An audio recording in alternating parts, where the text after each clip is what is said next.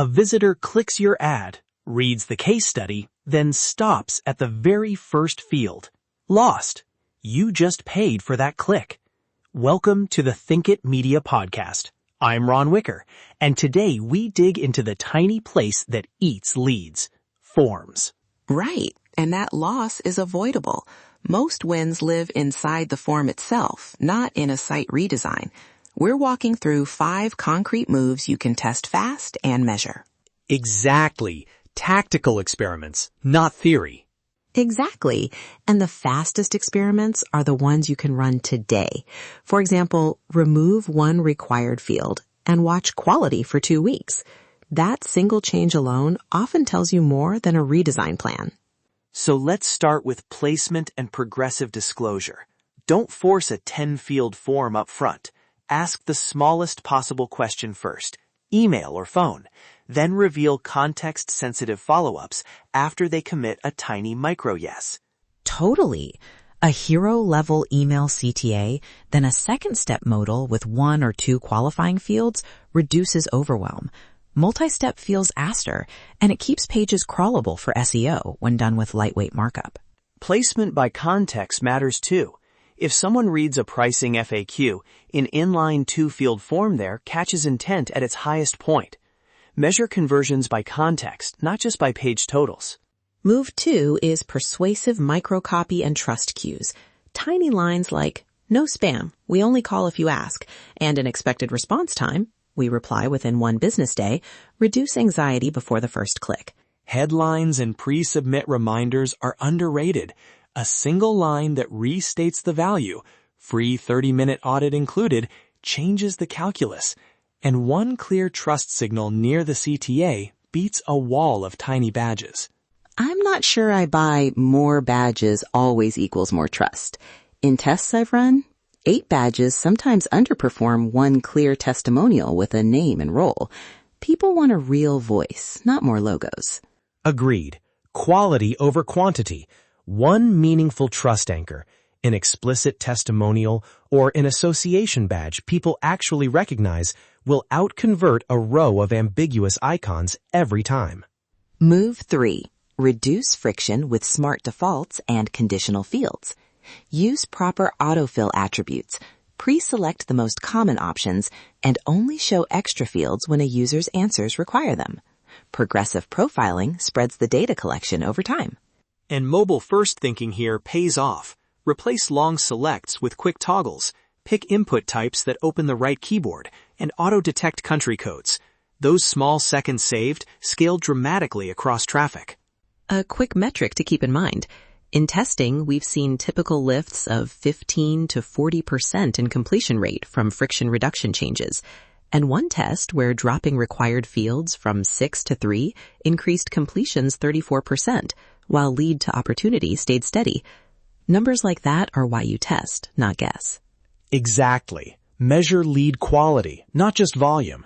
That leads into move 4, validation, error handling, and accessibility. Real-time, inline feedback keeps people moving. Looks like the zip code needs 5 digits, is a much kinder and clearer cue than field invalid. And keyboard first flows matter. ARIA labels, logical tab order, meaningful focus states. Accessibility fixes usually improve success for everyone, not just screen reader users. Don't treat accessibility as an afterthought. Move 5 is the post-submit experience.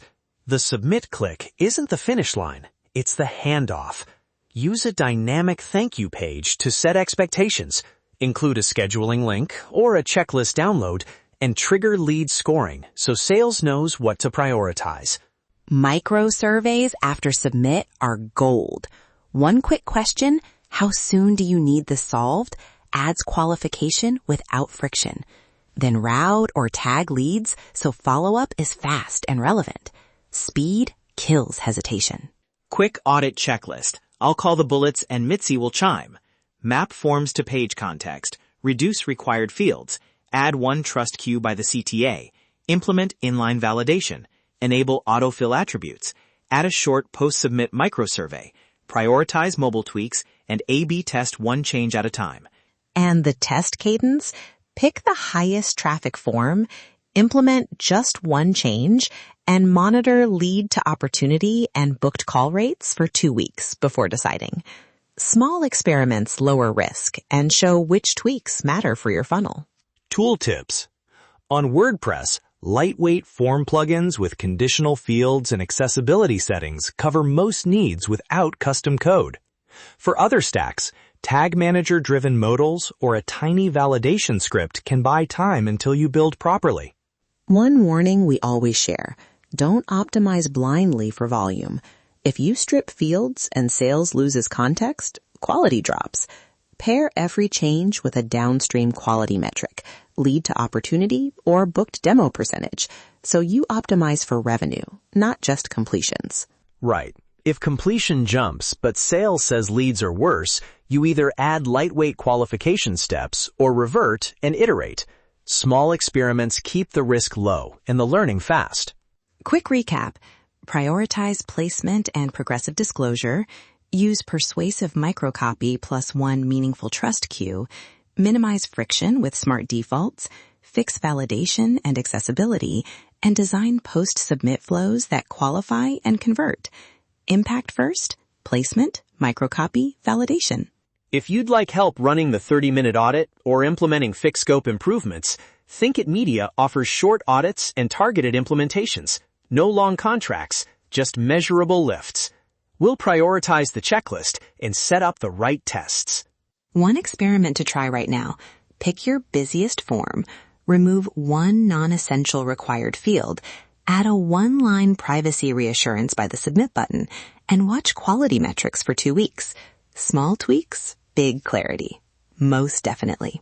If you enjoyed this episode, subscribe to the Think It Media podcast for more tactical, short takes on design and SEO that move revenue. Download the 8-point micro-conversion checklist in the show notes. And if you want a quick audit, reach out and say, let's talk about this. Thanks for listening. We appreciate you and hope to have you back for our next episode. Seriously though, we appreciate you listening and hope to have you back.